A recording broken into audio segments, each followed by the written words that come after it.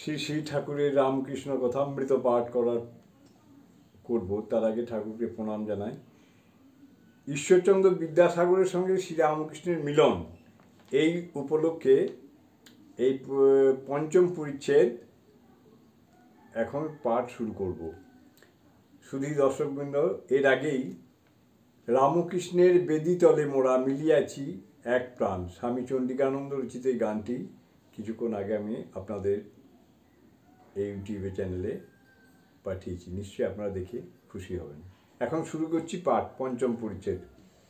ভক্তিযোগের রহস্য। শ্রীরামকৃষ্ণ, বিজ্ঞানী কেন ভক্তি লয়ে থাকে? এর উত্তর এই যে আমি যাই না, সমাধি অবস্থায় যাই বটে, কিন্তু আবার এসে পড়ে। আর সাধারণ জীবের অহং যায় না। অসত্য গাছ কেটে দাও, আবার তার কয়েকদিন পরেই ফেঁকড়ি বেরিয়েছে, সকলের হাস্য। জ্ঞান লাভের পরও আবার কোথাও থেকে আমি এসে পড়ে। স্বপনে বাঘ দেখেছিল, তারপর জাগলে তবুও তোমার বুক দূর দূর করছে। জীবের আমি লয়েই তো অত যন্ত্রণা। গরু হাম্বা হাম্বা আমি আমি করে, তাই তো অত যন্ত্রণা। লাঙলে জোরে রোদ বৃষ্টি গায়ের উপর দিয়ে যায়, আবার কষায়ে কাটে, চামড়ার জুতো হয়, ঢোল হয়, তখন খুব পেটে হাস্য। তবুও নিস্তার নাই, শেষে নারী ভুঁড়ি থেকে তাঁত তৈয়ার হয়, সেই তাঁতে ধুনুরির যন্ত্র হয়। তখন আর আমি বলে না, তখন বলে তুহু তুহু, অর্থাৎ তুমি তুমি। যখন তুমি তুমি বলে তখন নিস্তার। হে ঈশ্বর, আমি দাস, তুমি প্রভু, আমি ছেলে, তুমি মা। রাম জিজ্ঞাসা করলেন, হনুমান, তুমি আমার ভিতরে কি দেখো? হনুমান বললে, রাম, যখন আমি আমি বলে বোধ হয়, তখন দেখি তুমি পূর্ণ, আমি অংশ, তুমি প্রভু, আমি দাস। আর রাম, যখন তত্ত্বজ্ঞান হয়, তখন দেখি তুমি আমি, আমি তুমি। সেবা সেবক ভাবি ভালো, আমি তো যাবার নয়, তবে থাক শালা দাস আমি হয়ে। বিদ্যাসাগরকে শিক্ষা, আমি ও আমার অজ্ঞান। আমিও আমার, এই দুটি অজ্ঞান। আমার বাড়ি, আমার টাকা, আমার বিদ্যা, আমার এইসব ঐশ্বর্য, এই যে ভাব, এটি অজ্ঞান থেকে হয়। হে ঈশ্বর, তুমি কর্তা, আর এসব তোমার জিনিস, বাড়ি, পরিবার, ছেলেপুলে, লোকজন, বন্ধু বান্ধব, এসব তোমার জিনিস। এ ভাব জ্ঞান থেকে হয়। মৃত্যুকে সর্বদা মনে রাখা উচিত। মরবার পর কিছুই থাকবে না। এখানে কতকগুলি কর্ম করতে আসা, যেমন পাড়াগাঁয়ে বাড়ি, কলকাতায় কর্ম করতে আসা, বড় মানুষের বাগানের সরকার। বাগান যদি কেউ দেখতে আসে, তা বলে এ বাগানটি আমাদের, এ পুকুর আমাদের পুকুর।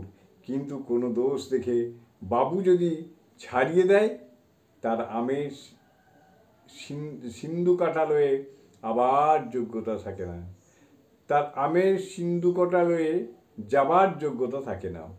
দারোয়ানকে দিয়ে সিন্দুকটা পাঠিয়ে দেয়। হাস্য। ভগবান দুই কথায় হাসেন। কবিরাজ যখন রোগীর মাকে বলে, মা ভয় কি, আমি তোমার ছেলেকে ভালো করে দিব, তখন একবার হাসেন। এই বলে হাসেন, আমি মারছি আর এ কিনা বলে বাঁচাবো। কবিরাজ ভাবছে আমি কর্তা, ঈশ্বর যে কর্তা এ কথা ভুলে গেছে। তারপর যখন দুই ভাই দড়ি ফেলে জায়গা ভাগ করে, আর বলে এদিকটা আমার, ওদিকটা তোমার, তখন ঈশ্বর আরেকবার হাসেন। এই মনে করে হাসেন, আমার জগৎ ব্রহ্মাণ্ড, কিন্তু ওরা বলছে এই জায়গা আমার আর তোমার। উপায়, বিশ্বাস ও ভক্তি। তাকে কি বিচার করে জানা যায়? তার দাস হয়ে, তার শরণাগত হয়ে তাকে ডাকো। বিদ্যাসাগরের প্রতি সহাস্যে, আচ্ছা তোমার কি ভাব? বিদ্যাসাগর মৃদু মৃদু হাসিতেছেন, বলতেছেন, আচ্ছা সে কথা আপনাকে এক লাখ লাখ দিন বলবো। সকলের হাস্য। শ্রীরামকৃষ্ণ সহাস্যে। তাকে পাণ্ডিত্য দ্বারা বিচার করে জানা যায় না। এই বলিয়া ঠাকুর প্রেমোন্মত হইয়া গান ধরিলেন, ঈশ্বর অগম্য ও অপার। কে জানে কালী কেমন, স্বরদর্শনে না পাই দর্শন। মূলাধারে সহস্রারে সদাযোগী করে মনন। কালী পদ্মবনে হংসসনে হংসী রূপে করে রমন। আত্মারামের আত্মা কালী প্রমাণ প্রণবের মতন। তিনি ঘটে ঘটে বিরাজ করেন, ইচ্ছাময়ীর ইচ্ছা যেমন। মায়ের উদরে ব্রহ্মাণ্ড ভাণ্ড, প্রকাণ্ডতা জানো কেমন। মহাকাল এনেছেন কালীর মর্ম, মহাকাল জেনেছেন কালীর মর্ম। অন্য কে বা জানে তেমন। প্রসাদ ভাবে লোকে হাসে, সন্তরণে সিন্ধুতরণ। আমার মন বুঝেছে, প্রাণ বুঝে না, ধরবে শশী হয়ে বামন। দেখলে কালীর উদরে ব্রহ্মাণ্ড ভাণ্ড, প্রকাণ্ডতা জানো কেমন। আর বলছে স্বরদর্শনে না পাই দর্শন। পাণ্ডিত্যে তাকে পাওয়া যায় না। বিশ্বাসের জোর, ঈশ্বরের বিশ্বাস ও মহাপাতক। বিশ্বাস আর ভক্তি চাই। বিশ্বাসের কত জোর শোনো। একজন লঙ্কা থেকে সমুদ্র পার হবে, বিভীষণ বললে এই জিনিসটি কাপড়ের খুঁটে বেঁধে লও, তাহলে নির্বিঘ্নে চলে যাবে, জলের উপর দিয়ে চলে যেতে পারবে।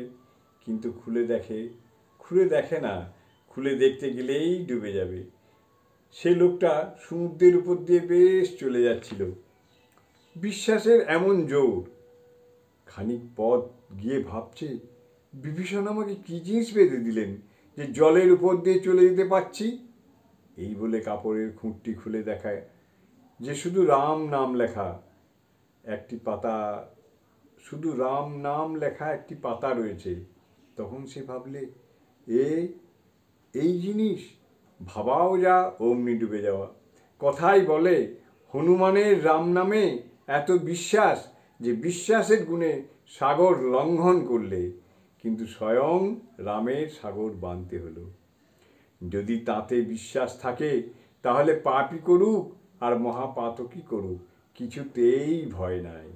এই বলিয়া ঠাকুর শ্রীরামকৃষ্ণ ভক্তের ভাব আরোপ করিয়া ভাবে মাতোরা হইয়া বিশ্বাসের মাহাত্ম্য গাহিতেছেন।